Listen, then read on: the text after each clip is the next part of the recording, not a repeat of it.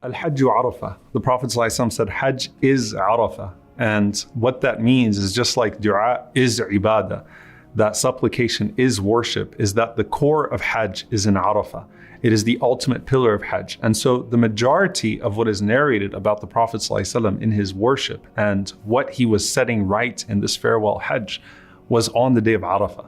So the Prophet ﷺ on that day, he enters into Arafah from Mina right before Dhuhr. And he pitches his tent ﷺ at An-Namira. And there's a masjid there, of course, now. And then the Prophet ﷺ, he made his way to the mountain. And the Prophet ﷺ made it a point to say that all of Arafah is a place of standing. He knew ﷺ the way that his ummah would flock towards the places that he was at and how we would all want to stand in the same place he stood.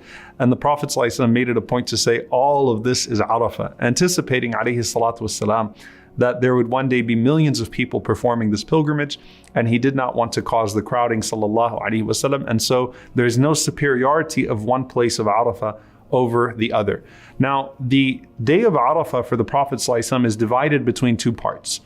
It's the part of him speaking to the community, and then the part of him speaking to Allah. It's really between his da'wah and his dua. He is speaking to the largest congregation he has ever had. Some of these people have never heard a khutbah from the Prophet ﷺ.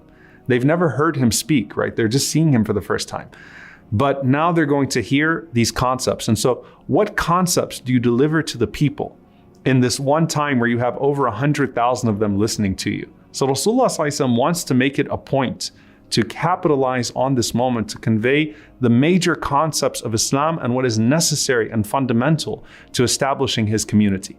Now we find that though the Prophet ﷺ gives what is famously known as khutbatul wada', as the farewell khutbah, that the Prophet ﷺ gave multiple short khutbahs on that day. And so you have the narration that I mentioned, which actually comes in the form of hadith form from Salama ibn Nubayt, so the son of Nubayt radiallahu ta'ala anhu, an abihi, on his father, who says, رَأَيْتُ رَسُولَ اللَّهِ صَلَّى اللَّهُ عَلَيْهِ وَسَلَّمْ يَخْطُبُ يَوْمَ عَرَفَةَ عَلَى جَمَلٍ أَحْمَرٍ. I saw the Messenger of Allah sallallahu alaihi wasallam giving khutbah on the day of Arafah as he was on his camel. So the Prophet sallallahu alaihi wasallam was riding his qaswa around, he was riding his camel around sallallahu alaihi wasallam, and he was speaking to the people.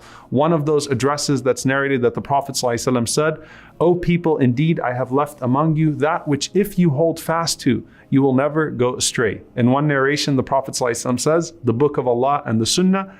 In another narration, the Prophet ﷺ says, the book of Allah and my Ahlul Bayt and my family.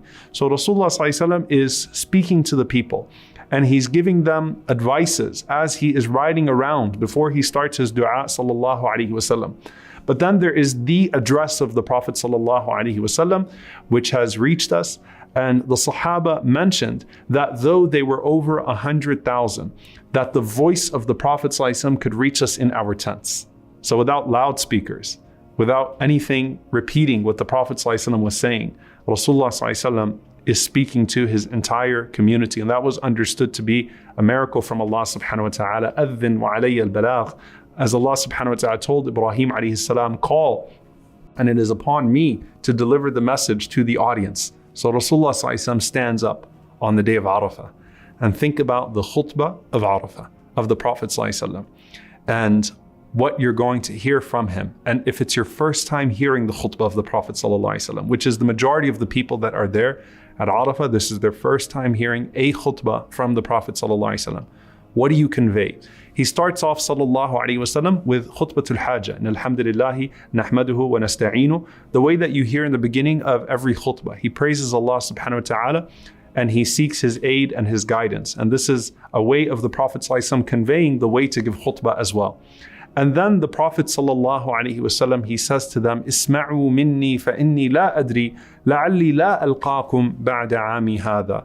He said that, listen very carefully to me, O people, because I don't know, this might be the last year that I meet you. I might not meet you after this. And he's speaking not only to the people that are coming from afar, but also the people that have come with him, that I don't know if I will see you again next year. This might be the only time that you ever hear a khutbah from me. So listen very carefully to me.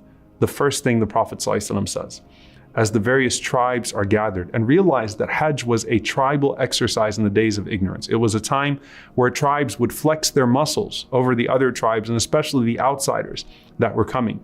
The Prophet ﷺ, the first thing he says, listen, inna dima'akum wa amwalakum haramun alaykum ka hurmati yawmikum hadha fi shahrikum hadha fi baladikum hadha. I want you to know that your blood and your wealth are forbidden upon you for each other, meaning you cannot fight one another.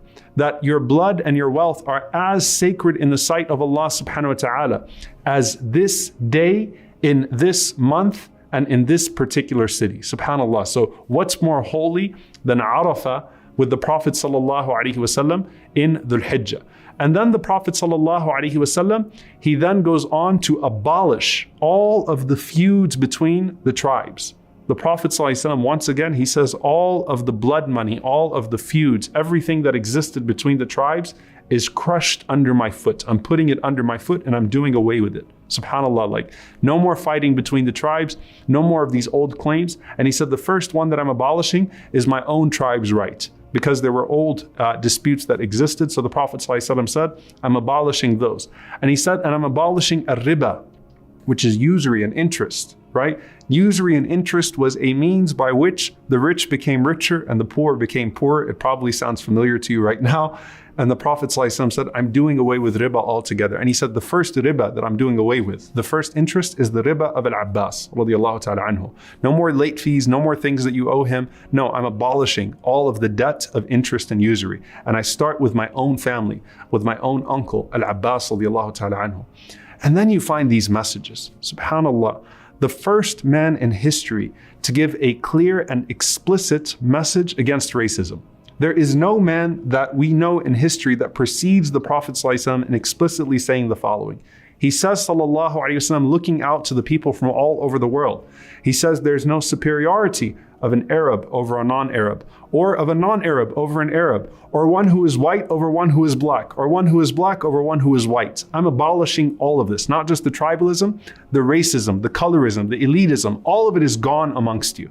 And we don't know of anyone to say this before the Prophet ﷺ. Imagine, this is the first khutbah you're hearing from him, sallallahu alaihi wasallam, and you might belong to one of those groups that were discriminated against. And the Prophet ﷺ is saying, this is all done with, it's crushed under my foot. And he says, sallallahu alaihi wasallam, وَاسْتَوْصُوا بِالنِّسَاءِ خَيْرًا, and treat your women well. And he goes on, sallallahu alaihi wasallam, to mention the rights of the women over the men and the rights of the men over the women. So he establishes the family foundation, sallallahu alaihi wasallam. And he says, do not go back to striking each other's necks like disbelievers. SubhanAllah. I mean, it's unbelievable. Don't go back to being kuffar, striking at each other's necks. How the Prophet ﷺ is emphasizing in these moments unity in the home and unity in the community. That's what the Prophet ﷺ is doing. And so if you want to know what you set right in a community, the ethical paradigms in a community to be set, imagine this prominent khutbah of the Prophet ﷺ. For most of the Sahaba, the only khutbah they would ever hear from the Messenger sallallahu alaihi wasallam. And then it came upon the Prophet ﷺ this particular verse. The verse that a Jewish man once came to Umar ibn Khattab radiyallahu ta'ala anhu. And he said, you have a verse in your book that if we, the Jews, had it, then it would be a day of Eid for us. It would be a day of festival for us. Meaning this verse is so special that it deserves its own holiday. And Umar radiallahu ta'ala anhu said, what is that verse? And he said, it is the verse, الْيَوْمَ أَكْمَلْتُ لَكُمْ دِينَكُمْ وَأَتْمَمْتُ عَلَيْكُمْ نِعْمَتِي وَرَضِيتُ لَكُمُ الْإِسْلَامَ دِينًا. That today I have perfected your religion for you, and I have completed my favor upon you, and I have chosen Islam for you as your religion. And subhanAllah, Umar al-Khattab radiallahu anhu responds and he says, I remember when it was revealed, it was Yawm Arafah, the day of Friday in Arafah, and it was revealed upon the Prophet sallallahu alaihi wasallam in his farewell address. SubhanAllah, the last thing the Prophet sallallahu alaihi wasallam shares with them is this idea of the completion of religion, and that came upon the Prophet ﷺ in that context. And as the scholars mention, no verses of ahkam, no verses of rulings, no legal rulings or verses came down after that verse. So it was in the Hajj of the Prophet ﷺ and that day of Arafah that the religion was completed, and all of the verses that came after that were reinforcing existing ideas or affirming existing rulings that we had within the Quran. So this is indeed a day that we celebrate and we mark, even if we don't celebrate it with the holidays that other people would celebrate with. And then the Prophet ﷺ says, listen carefully, and he said, let those of you who are present inform those of you who are absent. And this is perhaps why you find the plentiful narrations of this day of Arafah. It's already understood that what you hear from the Prophet ﷺ, you want to convey to those that are not there. But here the Prophet ﷺ saying to them that, listen, what you hear from me now, I want you to go back and tell your people. I want you to go back and tell your people what you heard from me. So this message that the Prophet ﷺ just gave of the complete oneness of Allah and of abolishing tribalism and racism and of establishing a family and a community and doing away with interest and usury, this is now going to go to all parts of the world that Islam has reached, that this is what the Prophet ﷺ chose to address us with on the day of Arafah. And then look at the humility of our Messenger ﷺ. What is he concerned with? He's concerned, did I do my job? Did I properly fulfill my task as a messenger?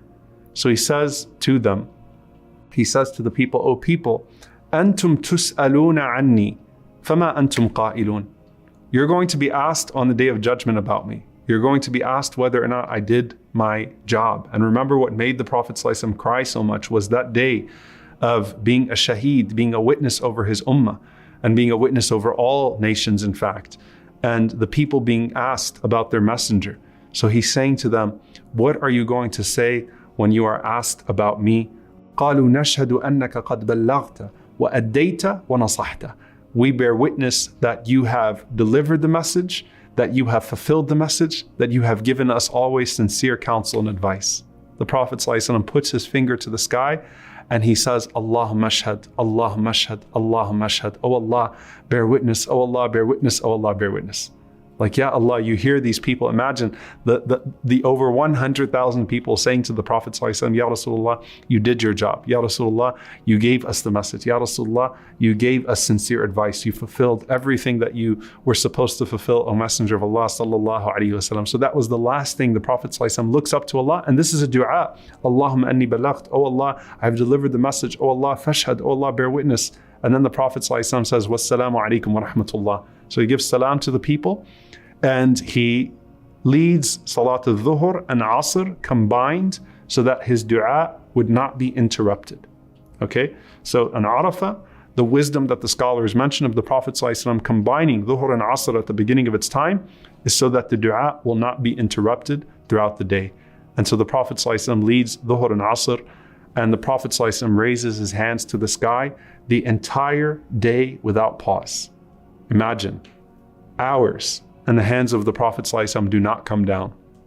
He's in his same spot, sallallahu alaihi wasallam, invoking Allah subhanahu wa ta'ala.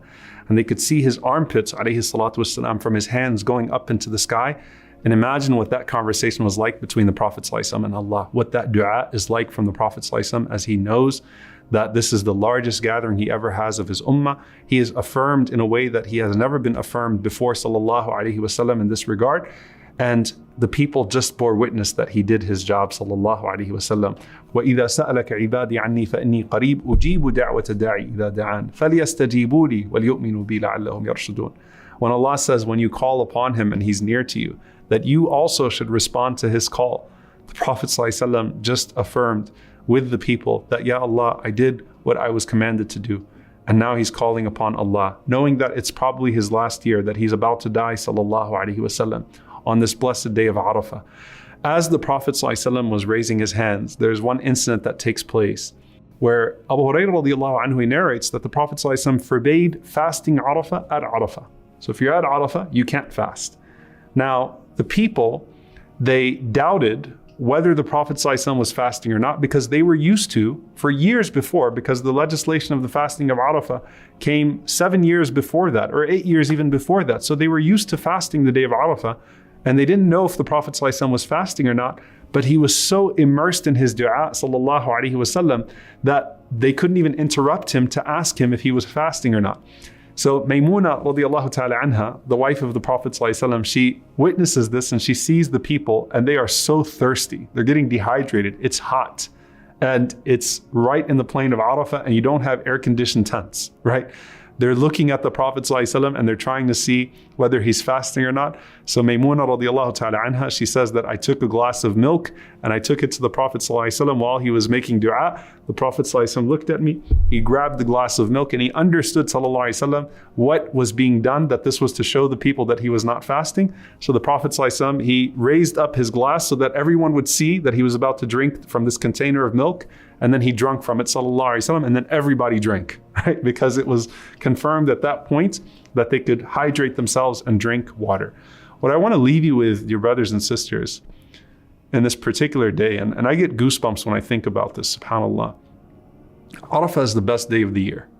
And it is the day that every year Allah boasts of his servants to the inhabitants of the heavens and looks at all of these people making dua in all of their different languages and calls the angels to bear witness and says, what is it that they're asking? And he boasts about us and he's proud of us and he loves us subhanahu wa ta'ala as we're calling upon him on that day of Arafah. Can you imagine how blessed the day of Arafah is, where the Prophet ﷺ, Aisha radiallahu anha, Salama radiallahu anha, Fatima radiallahu anha, Ali radiallahu ta'ala anhu, Abu Bakr and Umar radiallahu anhuma, Uthman radiallahu anhu, all of these people are in the same place making dua.